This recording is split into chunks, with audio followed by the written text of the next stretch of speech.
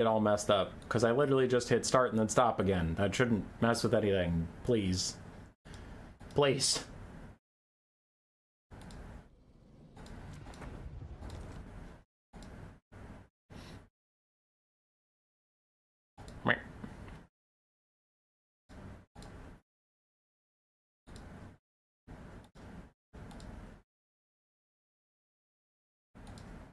I'm on the right.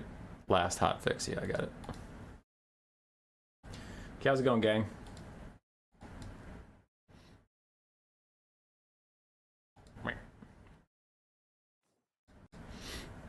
Olaf trolling me about the sound. Is every round Mexico versus Russia? Yeah, brother. Yeah, it is. Every round. Every round, boys and girls.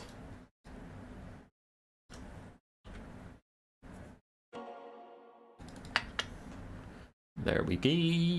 No Tomb Kings. No Tomb Kings. That's kind of a wild band. No dwarves. Shut up, Warhammer. Shut up. Just shut your mouth. You have your router page saved on tabs? Yes, but that is partially because yes. But when I'm streaming, yes. But when I'm streaming, what if there's a problem? Why the massive feud between Russia and Mexico? What happened? Tequila versus vodka is a hell of a debate, hell of an argument. All right, guys, should we call Olaf Stinky live on stream? Should we do it?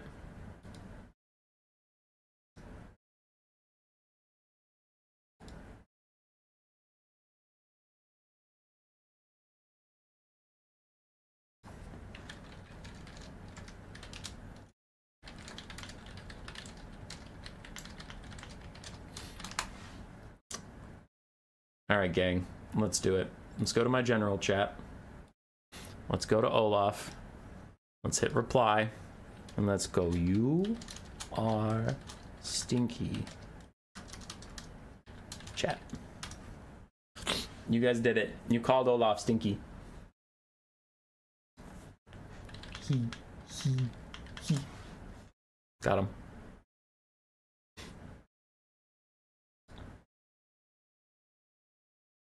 Gross, go shower. He should, dude.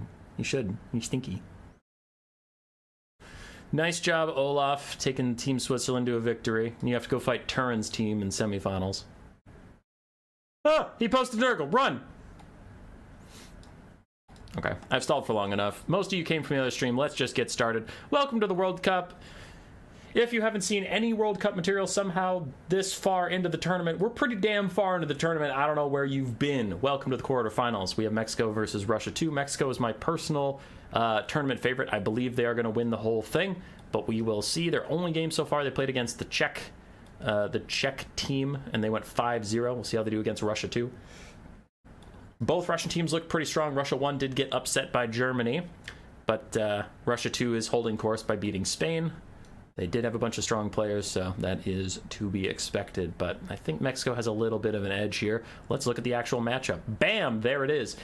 Every team, yes, I know I've done this before, but if you haven't watched the World Cup, too bad. Every team had a chance to global ban one faction. What a global ban is means neither you nor your opponent can play this faction. No one will play this faction in your entire matchup. Each team got to pick one faction for that before the tournament started. Mexico picked the Tomb Kings. Russia picked the Dwarves. You will not see any Tomb Kings or Dwarves for this best of 5. This is different than your regular best of 5. All 5 games get played no matter what because these were scheduled ahead of time by the players. They were not played in order. For example, the 4th game could have been played first because the Gentle Rat and Zeus happened to have a day off earlier than everybody else, right? Right. So all 5 games get played no matter what. It might be a 5-0, it might be a 4-1, it might be a 3-2. I do know who wins this best of 5 because I've been coordinating semifinals with some of the players already. I do not honestly remember what the score was. I have never seen any of the replays individually before. Okay? Okay. That is about it. Let's get into this. Could you show all the previous games first? Oh, yeah, dude. Oh, yeah, 100 Days Music easy. Why the strange circle on the top left of the stream? What circle? What happened?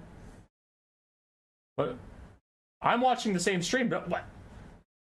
Nothing's happened.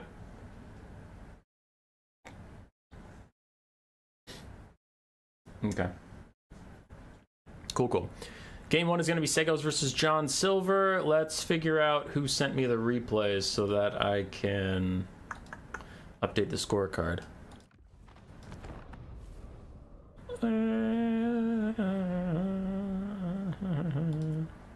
Okay, so Mexico sent me all of them. Okay.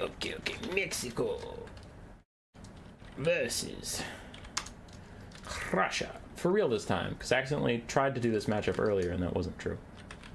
Looks like I'm already hovering the correct one, honestly.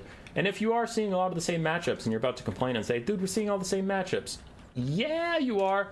This is a try-hard event. I got some, not complaints, I got some requests that I was doing too much like for fun or silly content and I needed to do some more sweat stuff. So we did organize this and the Faction War, both pretty sweaty tournaments. Now the Faction War, you get a lot of different matchups because it's kind of random what you're going to get, right? But this one, when the players are picking and banning, you are seeing people play what they think are the best factions. You're seeing them play them how they think is best. If you are slightly bored of that, different strokes for different folks. Some people do like sweaty matchups. It's why you're seeing a lot of these factions, though, is because everyone is trying to win, and these are what they think are the best factions.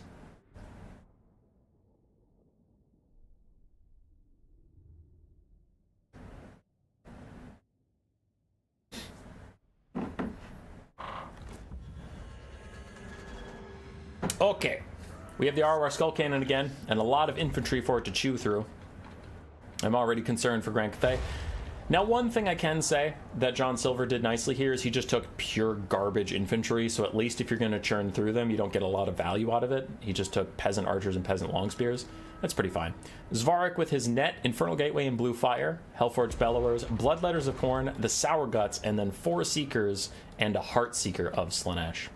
The other side for Grand Cathay, a bunch of cheap infantry, cheap peasant long spears, cheap peasant archers, and then a lot of cavalry and single entities. We have 3 Onyx Crowmen and 3 Jade Lancers on one flank, buffed up by a Jet Lion. And then the other side, we have 1 Onyx Crowman and 1 Jade Lancer with the Dragon-Blooded Shugen Lord of Yin. She has the Storm of Shadows slow and Ancestral Warrior summon. Okay. I would like to see the Jet Lion burn Missile Mirror quick onto the Hellforged Bellowers just to waste its ammunition. Again, its shooting itself won't actually do that much damage, but you can reflect one of those precious 8 remaining shots and just force it into melee that much faster. I am worried for this Grand Cathay build about punch. While the Skull Cannon can't do a lot of damage to your real units, your units that actually cost you money, I do worry they don't have enough oomph to actually kill anything. But I guess we are fighting against Demons of Chaos here, so they're low armor and lower-ish HP pools, meaning the Jade Lancer should be okay without armor piercing. Hellforged Bellower is going to use all their ammo kiting out. The slightly hilly terrain is fucking with it a little bit. Also, just these infantry being crazy cheap is a huge bummer for this thing's time. It's only got an 800 value. Only... It's still a lot. It's still getting a lot of value. It's still doing great. This unit is busted. This unit is OP. I don't refute that. I just think people also need to plan for it a little bit. And it looks like John did. John brought an anti-Hellforged Bellowers build. I'm worried he doesn't have the oomph to kill anything, but this is an anti-Hellforged Bellowers build.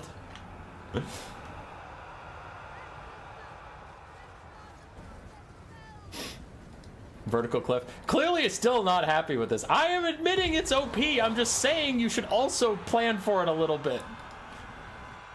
Shit's OP. I've never said it was balanced. Bloodletters have hit the front line. There are only 3 of them, but they will eat infinite peasant long spears for breakfast. They will just kill these guys so easily. Jade Lancer's getting a bit of a charge in. Now in come the Seekers, and Cegoz has 5 Seekers, one of which is a Heart Seeker. That's a lot of Seekers, and the Jade Lancers, you can see when they get charged, the Onyx Crowmen get charged, they just get deleted. Peasants are routing in every direction, but the Jet Lion is in. What can the Jet Lion do? He is a supportive monster. He kind of sucks in melee. He just provides a bit of a yin or yang harmony. I honestly forget which. So we'll have to see if John Silver can get any rear charges on the Seekers, is what he was really trying to do. So in comes a rear charge. As the Ancestral Warrior Summon is out in the middle of an Infernal Gateway, it is pure chaos right here. Just magical fuckery all around. But a Bloodletter is dying. Seekers are rear charging, taking a lot of damage. Other Seekers also taking some serious damage, but it looks like Akkeinn is the ones taking the worst of the trades. Skull Cannon fires in yet again. Balance of power shifting in the favor of the demons, and I would definitely agree as we have Sour Guts firing from the sides. The Seekers are winning their battles. One is almost demonic instability crumbling, but there's another one that's doing just fine. Bloodletters are doing just fine. And the Heart Seekers are busy chasing off some other stuff. Now, this is not truly Slaanesh. This is the Demons of Chaos. So the Seekers chasing down stuff and killing models won't give you infinite army passive. The only way to get army passive for the demons is for Svarik to be getting damage out. And he Gaze of Fates the Ancestral Warriors, wants to net them in place and reduce their melee attack. I guess he's just trying to waste their time before they desummon on their own. Doesn't want those elite halberds killing his Seekers. So that's kind of interesting. Hellforged Bellower is still trying to kill off peasant archers who are just barely routing to fire at Seekers for a little bit. And Akkeinn got some oomph back. A lot of the Seekers took a lot of damage. Bloodletters all died off, but Bounce Power still heavily favors them as the Hellforged Bellower is still full HP. No ammunition, but full HP, and plenty of routing targets to chase to get more ammunition back. Second and final Ancestral Warrior Summon is out. That feels desperation to me, as these Seekers for Cegoz could just disengage. Yeah, just disengage. Just run. Run away. Wait for that to fade away, and then your opponent's essentially out of magic, because his only other magic is Storm of Shadows, which is pretty whatever. A slow is nice, but you don't have anything to follow up on it. Like, oh no, an almost dead peasant archer got a volley onto a Seeker. Who cares? Can't catch anything. So Akkeinn's just out of damage. Nice Infernal Gateway out from Svarik. Again, just trying to get rid of these peasant archers, peasant long spears, and get more damage value out so Svarik can use more Demons of Chaos abilities. Hellforged Bellowers chasing off archers, healing up, getting ammunition. And as soon as this Ancestral Warrior fades away, it is probably GG and the end of Grand Cathay.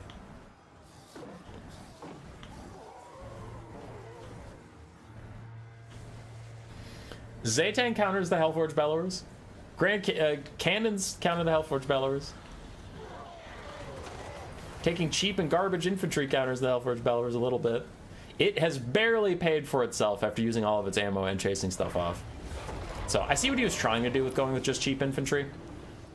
But I think his build, the Grand Cathay build, lacked damage. It's like, haha, your Hellforged Bellowers have nothing to shoot. And it's like, okay, do you have anything to kill my army? No. No, but it won't die to your Skull Cannon. It'll die to your Seekers. It will not die to your Skull Cannon.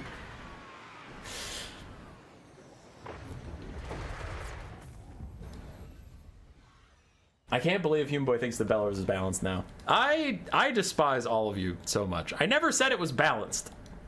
I also just said you probably shouldn't play into it with infantry.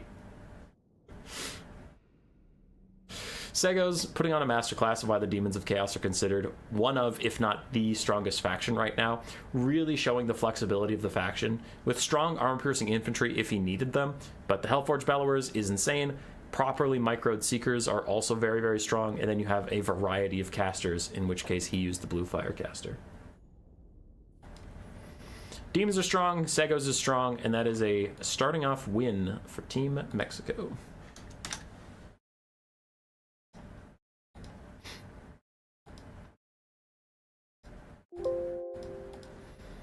Bam, bam. Next up is the TheGreenOne versus Soter. Does he take Norska? You taking Norska right now? The TheGreenOne was mad I didn't invite him to the faction war to play Norska.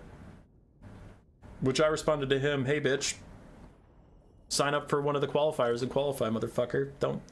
Don't ask me for nepotism as your only way to get into the faction war. Just earn it. Just earn it. I'm sick of TheGreenOne. I'm sick of his shit. I hate that guy. I hate that guy. That's a joke. I love TheGreenOne. He's great. He is one of my favorite people in the community. He's really funny. What's up with the Sartosa Duel replay? I didn't have an autosave at the top, so there would have been Faction War spoilers. I believe that was my thing, but yeah, there would have been Faction War spoilers as my top replay, and everybody would have seen some stuff. So I just hit Aranessa versus Aranessa, hit start, surrendered immediately, so the autosave is at the top. All right, for TheGreenOne versus Soter, Wood Elves and Lizard Men. We have Skink cohorts with Javelins, 5 of them. Cold One Riders and the Pakapok cohort with Rev Crystal in the woods. Pterodon caster with Flock of Dooms, trying to stay up in the sky, a little safer, I guess. Then we have Nakai the Wanderer. Why do we see so much Wood Elves if they're famously mediocre? Wood Elves aren't mediocre, they're strong right now. They're strong. Do I get a spot in the faction war in exchange for Skaven buffs? Catholic, alcoholic. If I host a domination faction war, you will get an invite for sure. For sure, for free. It'll be great. All right, on the other side for the Wood Elves, Dryads, Eternal Guard, Glade Guard with Hagbane tips, and then some Glade Riders, and of course, Darthu, Flock of Doom, and Sword of Dave. Young boy, pick a better team next time. That was a shameful display. Hey! Hey!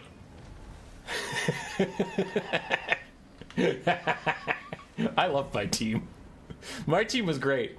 We had Hayseed, we had Incars, we had Captain Telis, we had Blood Penguin. We had a great team. We were the best.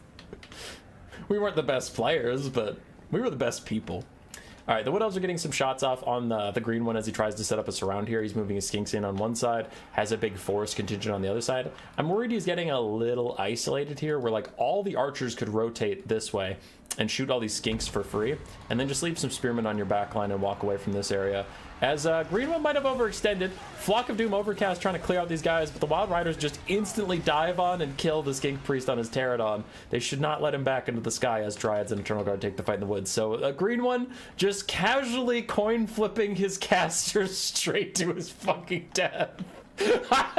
He died. He flat out died. Why did you do that? Oh boy.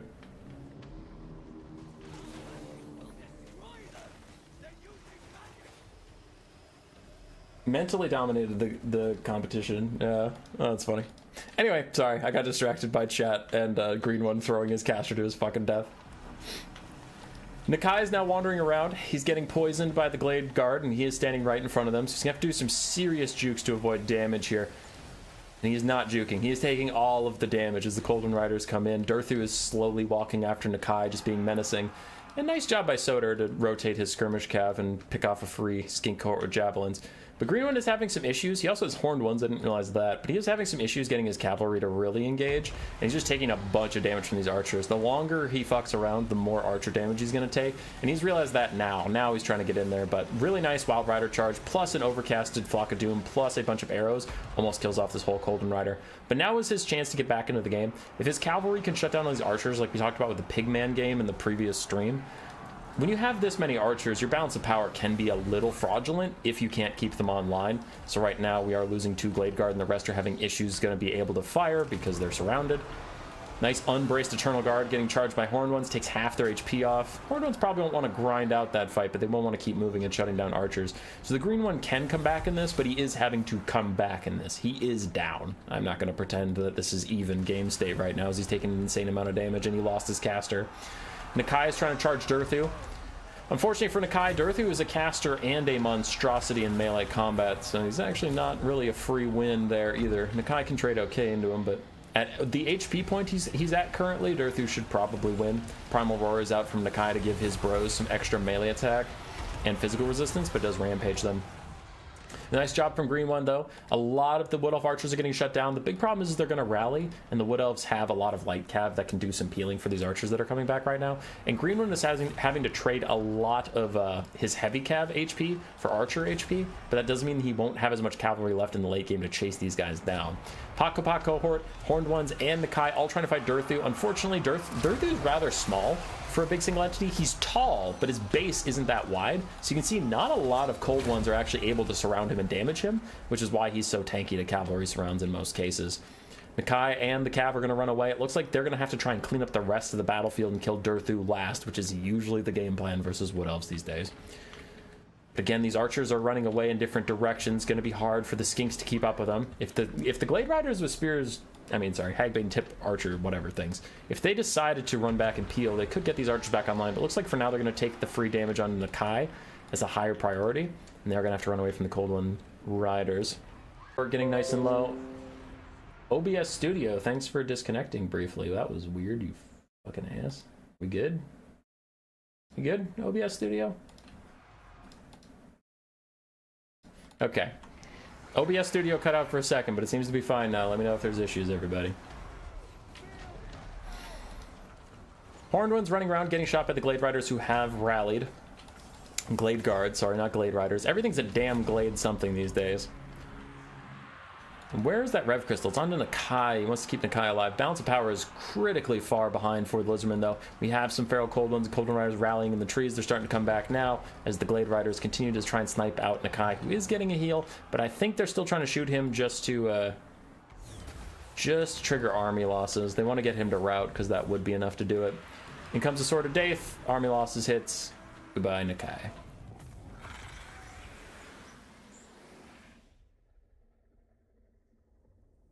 No sound, too much sound. Sounds to me.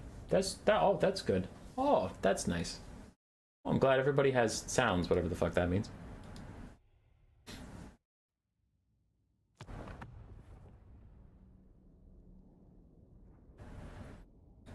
Well, that is pretty classic me. Unfortunately, for Team Mexico, and for my pride, the green one was defeated. His build was a little silly, but also YOLOing his caster and then engaging too slowly on different flanks just really cost him. So Soter played a cleaner game. He deserved the win. He earned the win. He got the win.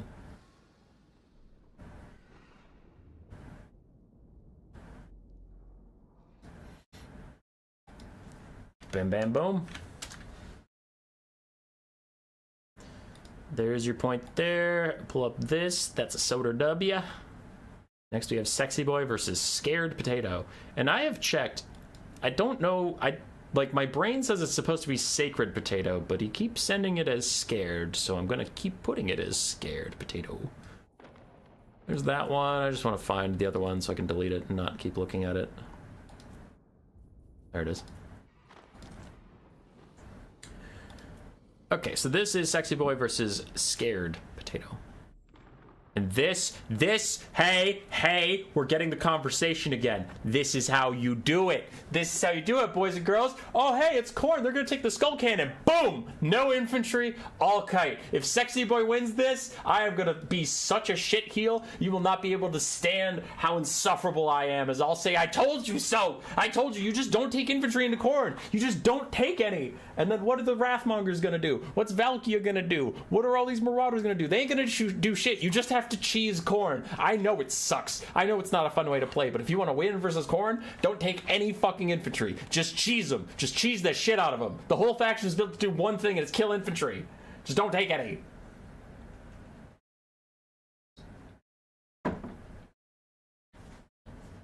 Now, shut up! OBS is disconnecting again. Why? Hang on, sorry. Reconnection successful. Why are you disconnecting at all, OBS, you ass? Okay, today is just a bad day for technology, apparently. Alright, for Kislev, we have 3 horse archers. Look how little damage does versus cavalry. Triple Griffin Legion, triple regular Dervish, triple light war sled, and then an Ice Witch of Tempest for an entire army. She brought only Hailstorm. Hello, Ratman. What up, Dreadsaurian? On the other side, we have the Hellforged Bellowers, 4 Marauders of Horn, 3 Corngors, the Bloodwake Berserkers, 4 Marauder Horsemen throwing axes, and Valkia. Hellforged Bellowers being forced to dodge all these little sneaky shots, while Kislev attempts to take the point because this is Conquest mode, so if the Hellforged Bellowers just wants to dodge all game, it literally can do that, but that means Kislev is going to take the point. Skirmish Cav, now going to fire at the enemy Skirmish Cav or Corngors most likely are going to be the good targets. I think the Archer Skirmish Cav shouldn't fire at the Hellforged Bellowers, just these straight shot Light War Sled should. Wow, guys, that's a crazy amount of not damage on cavalry. Just take cavalry. Please stop taking infantry into Corn. It's not worth it. It's not worth it. Just skip it. Don't take any. Obviously, some factions you have to, but factions like this or Empire or Dark Elves, just literally just take Chariots and Cav and you'll be fine. Hellforged Bellowers still trying to get damage out as the Chariots charge through the Marauders, take about a third of their HP, and they do need to path away from Valkia. One Chaos Knight is trying to chase them down, but that Chaos Knight doesn't have armor piercing. As long as your light war sleds keep moving, you will be just fine.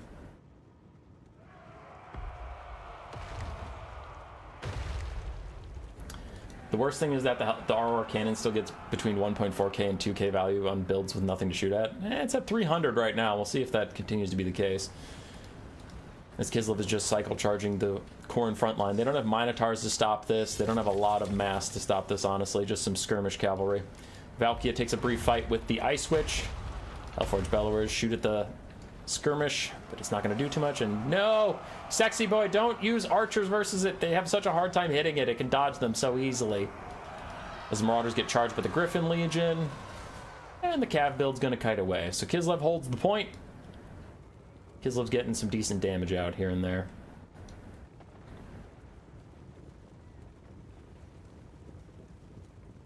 Can feel the hate in this Kislev build. Yeah, they just don't want to deal with the Skull Cannon. Alright, Valkia is thinking about diving in onto the Ice Witch, wants to get a little bit of damage out onto her. Her anti-large stats will be great. Ice Witch's anti-large stats are wasted versus Valkia. But elsewhere, wherever Valkia isn't present, the light chariots are going to charge Khorngors, apparently. Now, that those are halberds, and they are regretting charging those halberds, as they now need to back off. As Griffin Legion goes smoking through that front line, and they're now starting to run down the Marauder Horsemen. They're throwing axes. Those guys are going to rout, and Cosified Dervishes can chase them off the map. But it doesn't look like they're going to, as they want to back away from the Chaos Knights of Khorne and the Hellforge Bellowers. Don't want to get into melee, don't want to give those guys any ammo. But yes, unfortunately, charging the Khorngors does seem to be ill-advised from the heavy war sleds, and they are having issues getting out of there. That is a lot of halberd infantry surrounding their little feetsies. Marauder Horsemen of Khorne do rally. Those Marauders have not yet. Infantry for Khorne are starting to move up. It looks like they want to go maybe take the point, because I honestly think they should have been doing this earlier. There's no way the Hellforge Bellowers was going to outshoot all this skirmish. So you probably need to just go take the point and then let your opponent use their ammo like they're going to anyway, but at least you'll get the points. So it looks like they're seeing that now. They're just going to walk forward.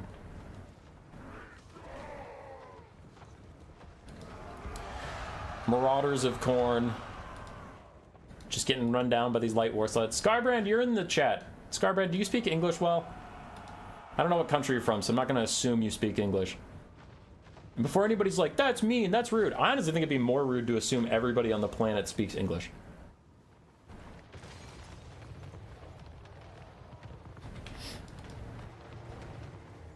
Alright, the light war sled's still firing away. The Hellforge Bellowers trying to get something done. It has plenty of HP. The problem is it's down to 3 ammunition.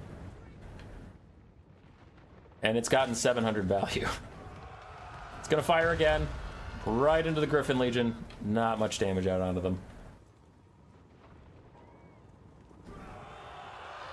Dervishes charge the Khorngors, who were charge defense braced, so they get charge reflection, and that actually ends up being pretty bad for the Dervishes. They're going to run away.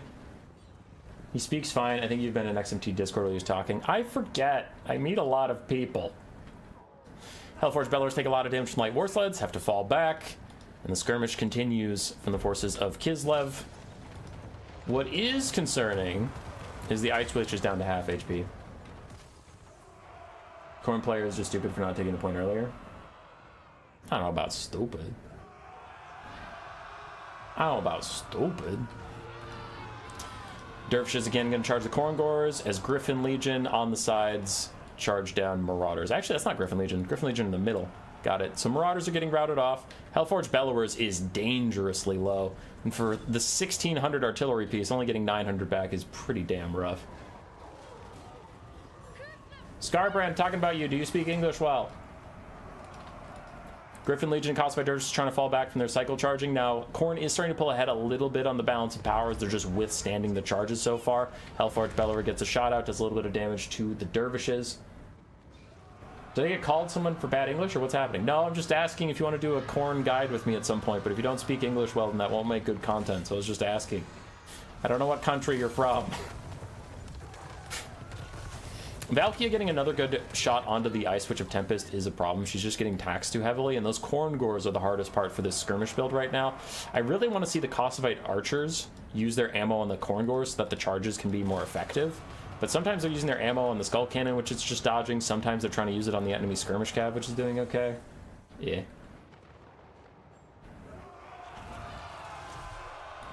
But yeah, Scarbrand, if your English is good, we should do a Khorne build guide together, my friend.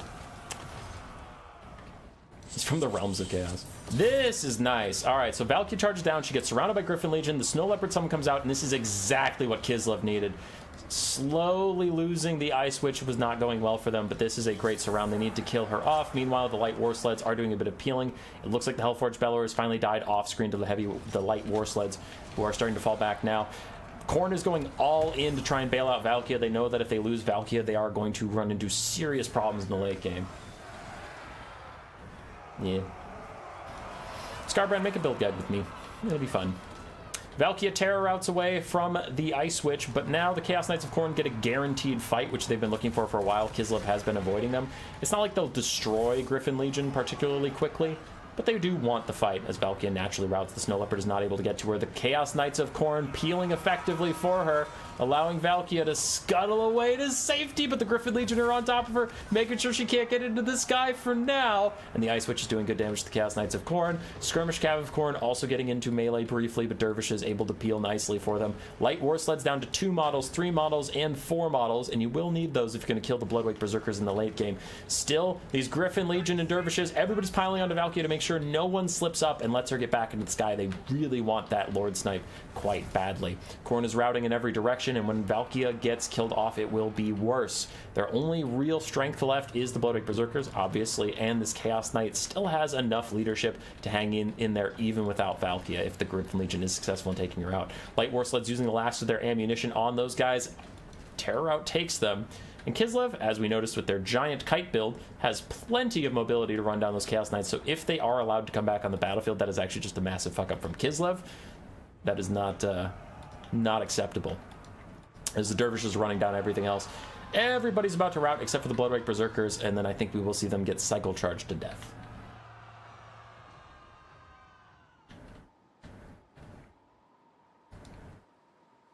Almost like if taking no infantry is not an auto win against Skull Cannon.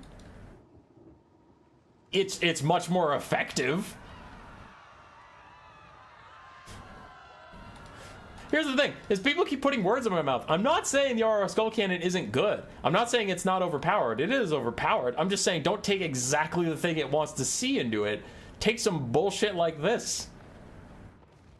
Because also, it's not just the War Sled, right? Khorne's infantry are some of the best in the game after all the buffs they've been getting and after the DLCs. They have the best infantry killing infantry in the game. Their anti-large infantry is still whatever. They have the best infantry killing lords in the game with Valkia's Spear Sleipnir and Scarbrand's amazing collision attacks and charges and stuff. Plus they have the best infantry killing army ability in the game with the Sword of Khorne. And they have good chariots. And they have the Skull Cannon. Everything in their whole roster wants to fuck up your infantry. Don't take any. Because then what do they have for anti-large? They have Minotaurs. So just take something that can kill the Minotaurs, kill Scarbrand or Valkia, and then you can just kite them out. You can cycle charge their infantry later. But taking infantry against Khorne in their current state is such a bad idea, because Khorne's whole roster is like, listen, we murder infantry. We kill infantry so good that you just like can't take infantry into them. You just can't do it.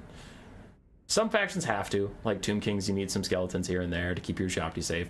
Vampire Coast, you need some zombies here and there to keep your cannon safe, that kind of stuff. But things like this, like Empire Dark Elves, just take literally no infantry builds right now. And apparently Kislev can too. I've never seen this build before from Sexyboy, but this is almost exactly what the Empire and Dark Elves do into Khorne. And it's just like how you have to play it. Because you just can't. Like, you can't justify taking infantry into this stuff. They'll murder it. They'll absolutely massacre your infantry. Hellforged Bellower's got 1,000 value. I had a really tough time taking over the game. Marauder Horsemen didn't have much to shoot at, unfortunately. Chaos Knights didn't have much to do.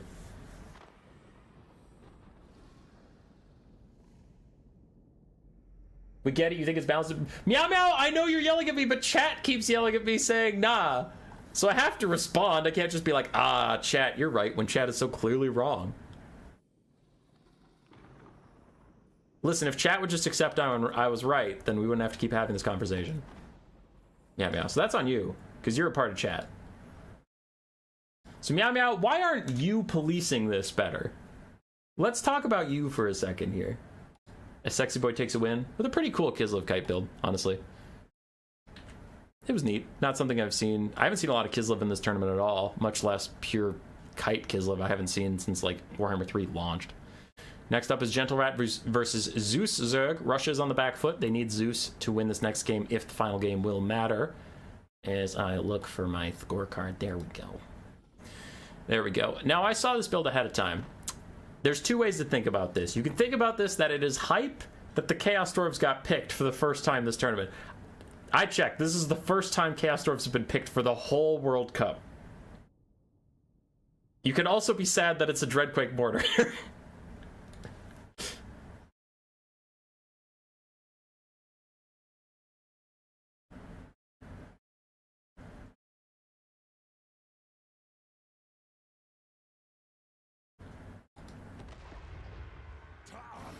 Make him a mod? I can make Meow Meow a mod. Sure. Sure. There, Meow Meow's a mod. Will, why aren't you a mod? Will, you're always here.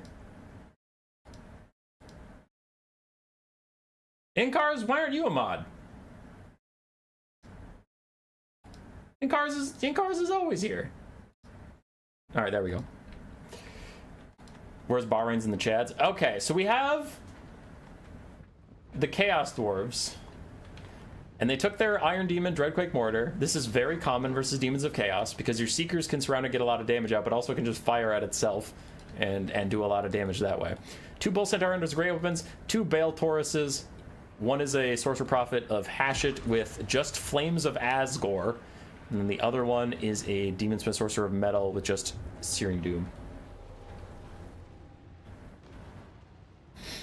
On the other side, for the Demons of Chaos, we have Bloodletters, Blue Horrors, Bloodletters, an Exalted Keeper of Secrets of Slaanesh with Rampage and Acquiescence, some Fiends, the Eternal Entourage, and more Seekers. Lots of Seekers.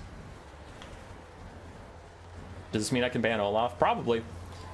As the Iron Demon Dreadquake Mortar rolls forward, seeing none of the Seekers are nearby, but this is honestly really risky, because if you get Rampaged right now, you won't be able to turn around, and then Seekers can surround you. It's pretty brutal. Bull Centaur Renders get rampaged so they can't retreat from the Bloodletter fight and getting shot by Blue Horrors, and oh, that's why. He wants to wait for the Eternal Entourage charge. Very nice charge in, and these guys do a lot of damage, but they also buff up the Keeper of Secrets with their passive. So they should be able to slaughter the Bull Centaur Renders, doing a lot of damage to them already. But here come the breath attacks from the Bale Tauruses, trying to hit the Eternal Entourage, getting a good amount of damage down into such an expensive Regiment of Renown. And the Dreadquake Mortar is still rolling through Blue Horrors, getting good damage down, but picking off an entire Bull Centaur Render is not nothing. All of the chaff for the Chaos Dwarves is routing except for this Orc Laborer, which you're not fighting Slaanesh. Chasing them down won't get you any army passive or anything, but it is nice to get rid of anybody that can buffer for the Iron Demon. And I'm getting a little worried, but this could be bad. 2 big dueling single entities versus just an Exalted Keeper, but in come all the Seekers, in come the Eternal Entourage, everybody is here, and Seductive Glories pop, reducing their melee defense and rampaging them. The Iron Demon is busy clearing out Blue Horrors, the other Blue Horrors continue to fire in, but can the Seekers actually kill off the Bulls? It looks like they're not getting as much damage as you would expect, considering how nicely they're surrounding these guys. It looks like their flailing little attack animations keep them safe, as the Seekers fighting the Dreadquake Mortar is going to acquiescence it, lower its melee defense to 3, and try and kill it off there. Something is getting popped. It looks like it is a Searing Doom from the Chaos Dwarves. And the Seeker is really not doing that much damage to these guys. As another Seeker is going to pile in and try and take these guys out. All 3 single entities for the Chaos Dwarves doing their best, while other Seekers try and kill the Bull Centaur Renders on the sides. Exalted Keeper Secrets really determined to kill that Dreadquake Mortar. Also trying to get it to shoot at her at point blank range so it doesn't kill the Seekers. In comes the Flames of Asgore. This is a lose-lose situation. Either the Seekers stay and take a ton of damage, or they run like they are. They take a little bit of damage, but that does leave the Demon Smith Sorcerer of Metal able to duel the Exalted Keeper Secrets and get some better damage on there, because it was surrounded, so it was not having a good time. Iron Demon's pretty low. Demon Smith Sorcerer of Metal is pretty low. There are Seekers nearby that can re-surround that guy. He's so close to routing, but the Exalted Keeper Secrets gets distracted, and now it is slowed by the monstrous impact. It's not able to get moving. A brutal breath attack from the Sorcerer Prophet of Hashut, followed up by another Searing Doom down these guys. But the Iron Demon's about to fire on itself, and it's going to do so much damage. Look at all these clumped up guys. Yep. That's a lot of damage. Say goodbye to some Seekers. Say goodbye to some Blue Horrors. The Exalted Keeper Secrets is just frustrated on the ground, unable to really get too much done. Another breath attack towards the Exalted Keeper, but her charge gets her underneath it. But she's lost the last of her Seekers. Really, it is just a very, very wounded Exalted Keeper Secrets and a full health Fiend versus triple single entities and an almost dead Bull Centaur Render. The Fiends are trying to finish off the Iron Demon. They can do a good job at that. They don't take nearly as much damage from it shooting itself since they have a tiny model count. But this Exalted Keeper is having a tough time getting anywhere. She's got bulls on her butt wherever she goes. Exalted Keeper turns around, gonna get some swings back, misses. And we mentioned earlier, someone said that you should have taken an Exalted Keeper into the triple ogres. I'm just not a believer in the Exalted Keeper. I feel like she has the stats to be an anti-large duelist and then just doesn't pan out. But ooh, a very nice Fecundity at a great time. Heals up the Fiends, heals up the Exalted Keeper, but still her leadership is falling. Still the bull is out dueling her. In comes the Iron Demon for the finishing touches, trying to get that leadership low. There's the demonic instability crumbling. The Iron Demon is down to 500 HP, but it is holding on as the army losses will take the Demons of Chaos, and you can't stop the 3 single entity mashing of the Chaos Dwarves.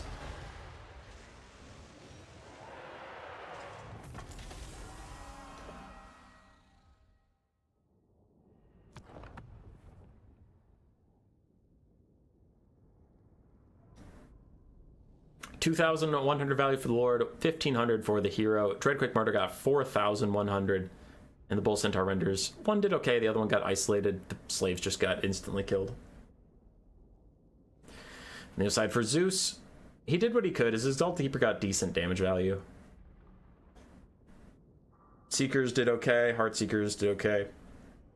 Fiends did fine. It was really the Bloodletters had nothing to achieve, and honestly, they got good value considering that there was nothing there they wanted to fight. Chaos Dwarves OP. They're actually good versus demons. They're just like actually good.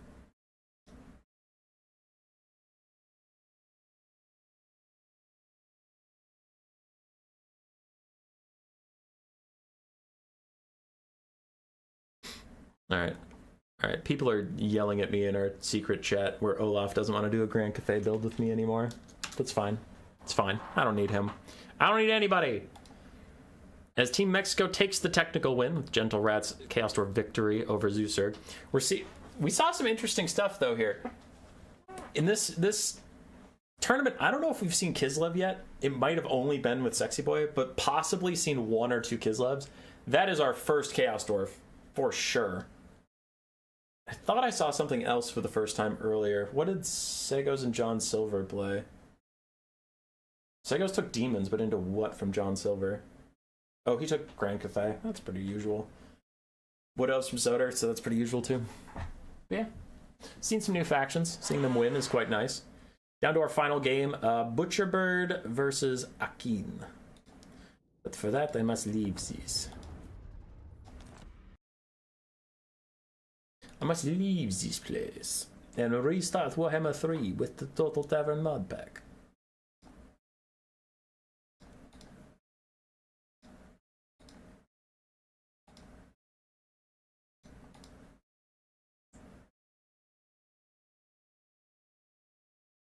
Are dwarves in the Thunder Barge banned right now? No, but the Russian team did ban dwarves from the enemy team, but like the tournament didn't ban them.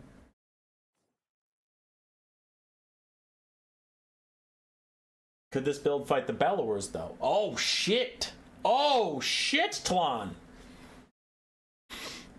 Like, okay, in a way, because the Hellforged Bellowers wouldn't be that good against that build, but the problem is Khorne is very good into the Chaos Dwarves, because Minotaurs wreck your single entities.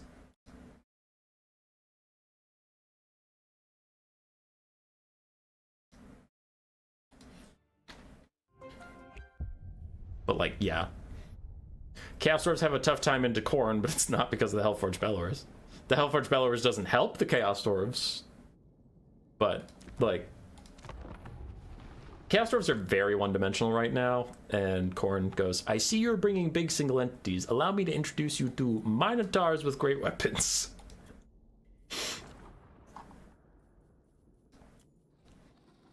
All right. Beastman Norska. Norska.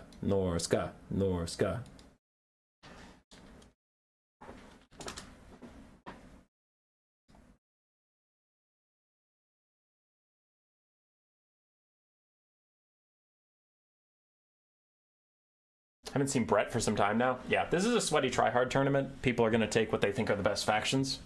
Now, Chaos Dwarf slipped in, Kislev slipped in, and I don't consider those to be the best factions, but like, you are seeing a lot more of certain factions than other factions, and that generally indicates people think they're strong.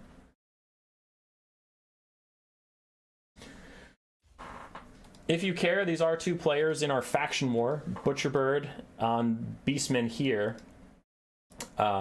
is playing the Warriors of Chaos in our faction war, and Akkeinn is playing Norska.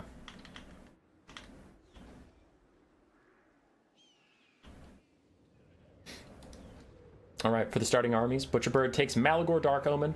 Very, very safe in the air versus Norska. Tiny profile means it's hard to shoot him with their ground-based javelins, so he'll largely be okay if Butcherbird doesn't literally AFK him over some skirmish stuff. And then Flock of Doom is a nice spell. Norska doesn't have a lot of flying units to counter Malagor, so it's not like he's worried about being in melee. This pretty much just secures your leadership for the Beastmen to be alive. Elsewhere for his build, he has Khorne Gors, Gore Herds, Ungor Spearman Herds, so a mix of mid or low tier infantry, 4 archers, some Centaurs, and the Butchers of Kalkengard. On the other side for Norska, we have a start off of some Marauder Horsemasters, hybrid skirmish melee units that can kind of hold their own if they fight with Centaurs on top of their own Warhounds. They don't want to take a fight with Centaurs out in the middle of nowhere. Speaking of the Warhounds, we have 2 poison and 2 ice dogs, so a lot of debuffs in those dogs. Marauder Spearmen, 2 Javelin Hunters, and then Wulfric the Wanderer and Burning Head, so 2 different infantry clearing things. Wulfric on foot with Seafang, Burning Head, Famir. Norska's not going to want to take the points right now. You can see their skirmish cabs already not having a good time versus all these archers. They want to back off, but they're going to be summoning in a lot of infantry, I imagine. It looks like Berserkers, maybe Marauder Champions, maybe, but probably just more Berserkers and Marauders. The Beastmen have way more infantry and way more melee presence right now, so I don't think Norska's going to want too much of an engagement. They are going to take it, but I think that's ill-advised, as the Beastmen have more support to bring to the fight right now. Very nice Seafang onto the Ungor Raiders. Might just shatter one outright, but it looks like they'll be able to rally. I don't know if they'll actually come back later on, but they won't shatter at least. And what are the dogs to do? This is why I wasn't sure about taking this fight this early. You have a mobility advantage, but there's no mobility to go to. There's so wide of a Beastman infantry build right now, there's nothing really to flank just yet, which is why you need more of an infantry threat, so your infantry can break holes in the line, and then your dogs can get through and really harass some stuff down. So, Norska taking a little bit of an early fight. They are getting some serious damage out, so that's nice. Keeping up there. Thought Beastman would do better, but what is Akkeinn saving up for? He has 2,000 tickets. Supplies, whatever. Armored Skin Wolves, gotcha. He summoned one, so he's probably going to summon another one right behind it since he's now focusing on that sort of thing. Looks like he was saving up for Armored Skin Wolves, though, to fight Centaurs, who don't have the best armor piercing values, so you can just kind of run Armored Skin Wolves into them and hope for the best. Berserker's trying to get through that front line, but this Marauder Horsemaster overextended trying to get to the Ungor Raiders and just gets surrounded by Centaurs and beaten to death. So Akkeinn is taking some pretty bad engagements that I'm not a fan of across the board here. Norskin Ice Wolves trying to countercharge Centaurs. They will do decently there, but with getting overcasted Flock of Doomed and having no infantry or Skin Wolf support nearby, they will quickly rout off due to the terror of the Butchers of Kalkengard. Bird is pulling slowly ahead on damage value, but he also has a double cap, soon to be triple, as he is starting to take point 1. I'm just worried. I'm worried because even though the damage value is equivalent, every engagement I've personally watched seems to be going much better for the Beastmen. Now we have Beastmen Halberds pushing into the backline, so if Norska summons anything large like Skin Wolves, they have to fight Halberds to save these Javelin throwers, or you have to summon a bunch of infantry, which you can kill Khorne Gors with Berserkers for sure, but it's going to take longer. So Bird is securing a lot of battlefield presence right now, and really forcing his opponent to slowly grind his way back out of his own spawn, which is a bit of a disaster. So I think this is going fantastically for Butcherbird and the Beastmen right now. Butcher's Kalkengard surrounding foot Wulfric. They don't have anti-large, they don't have anti-infantry, they just have high stats in general and try and use them to the best of their ability. Surrounding Wulfric, they're getting decent damage out. Famir Balefina is also trying to stop the Khorne Gors. Bird pulls further ahead on the damage value. And it's just looking tough out there. Really nice Seafang yet again, though. It's going to take out 2 Ungor Raiders, maybe? Definitely 1, maybe 2. Dogs getting summoned. And these Khorne Gors getting their Unbreakable from Khorne. So they'll hold for quite a while. Just pushing all of Norska back to their spawn. Centaurs trying to collapse in on the Armored Skin Wolves. Armored Skin Wolves, like I said, their armor will help them versus Centaurs, but it's only 70 armor. It's not like it's 120 or anything. And this is a lot of infantry plus some halberds they don't want to fight. So either they retreat and take constant rear attacks from the Centaurs, or they stay and fight on top of halberds. You can see that they have no good options. They just opt to fight, but their leadership is already faltering. Butcher's Kalkengard still full HP. Malagar's full HP. And they're trying to stay safe. Some archers have moved up to help out a little bit. Now, the Beastman Vanguard that ran into the enemy spawn and just distracted them for a while is getting pushed off. I'm not surprised. I didn't think the Corngers would kill everything and lock him in his spawn. But the main thing is this delay. Because now the Beastmen have all 3 points. They've pushed up really, really far. Almost have all 3 points. And you've had to summon a bunch of fast units to get where they need to go and clear out that back line and get your spawn back into, you know, functioning. Well, now you have a bunch of dogs, you have some skirmish cav, you have all that stuff, and those aren't really good point takers. So now you have to summon more infantry later and walk them all the way to the point. In the meantime, now we have a triple cap from the Beastmen, so it's just taking up their points nice and quickly.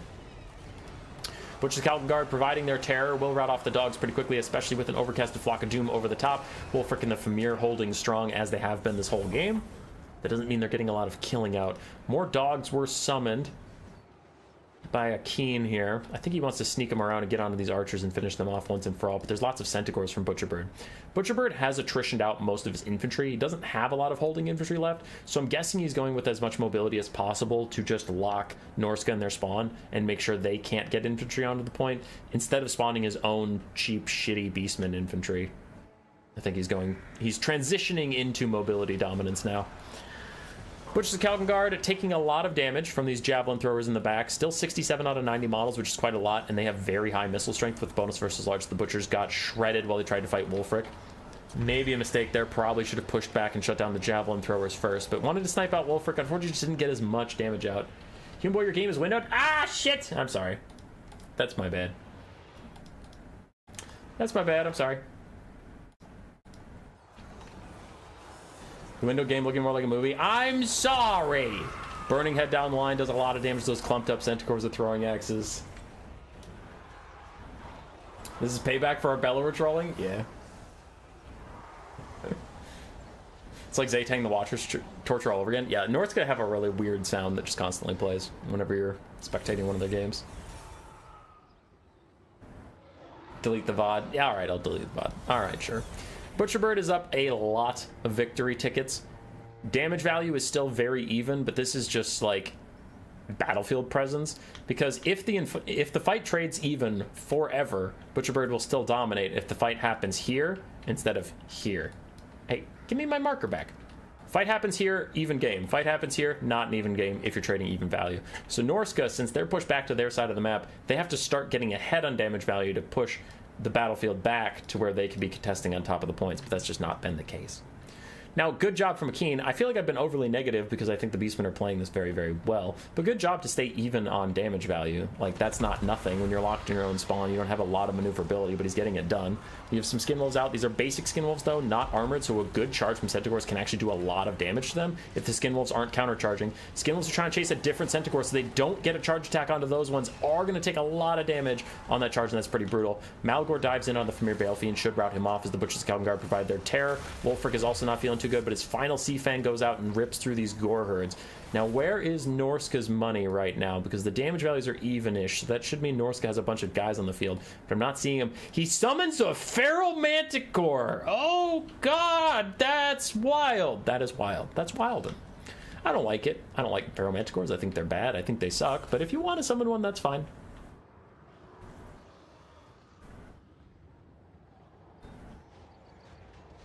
Been speaking with Bird about this. His commitment to domination is admirable. Man's got to win. Skin Wolves and Dogs trying to fight back in Centaurs and Gore Herds in the backline. But you can see now that Bird's win condition is just hold the points. I mean, obviously it's domination. That is technically the win condition forever. But you can also slap your opponent so hard that they just bleed out. We aren't at the bleed out stage yet, but he does know that he's getting so close to tickets that he just has to hold points. You see, he transitions all of his supplies into summoning infantry, and he's just chucking infantry at points 2 and 3, and he's like, okay, I'm betting you can't possibly take point 1, 2, and 3 fast enough through all these infantry to win. Akkeinn sees the writing on the wall and bails.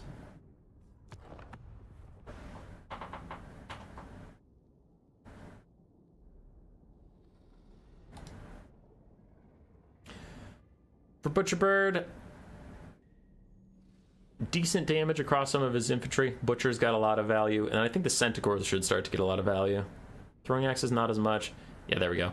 Basic Centaurs, lots of value. I don't know if he summoned him multiple times, but he got a lot of good charges out. For Akkeinn, Famir and Wolfric did well. The Burning Heads and Sea Fangs killed a lot of stuff. Javelin throwers did fine. Marauder Horsemasters struggled a bit, and the dogs really struggled too. Marauder summons, not a lot of value, killing basic Beastman Shaft before getting run down by Cegoz. I think Dom people saying that Flock of Doom value doesn't show up. Okay, so that's a lot of value that's not there. So now we are at the end, but wait, don't leave, you bastards! Don't leave. Just stop doing that. So it is 4-1 to Mexico. We know Mexico wins, but there's one stream left in the day. I will take you there straight from this stream. So if you do nothing, your YouTube will automatically take you to the next video. So just calm down and stay here. Meanwhile, finish up with Photoshop Butcherbird with a win. So Mexico with a 4-1 over Russia 2. Bim bam boom. 3 of our 4 semifinals have been determined. Now, I was correct by giving Team America a bye round because I thought they were strong. We gave Russia 1 a bye round because we thought they were strong. They got upset. Fair. Switzerland, we gave a bye round. We thought they were strong. Boom. Semifinals. Mexico, we thought they were strong. Boom. Semifinals. And France, now fighting Canada. Canada is the last hope of the world to stop Human Boy from being completely and objectively correct. Wild stuff that you would have to root for France, yuck, to stop me, great, from being correct, because I am. But if France goes to fight Mexico, then I'm a righty pants who's always right. Okay, cool. We're gonna go do France-Canada right now.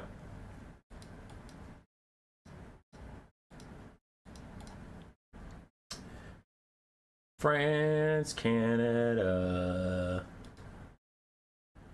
Edit, customization, redirect, France, Canada. See you there.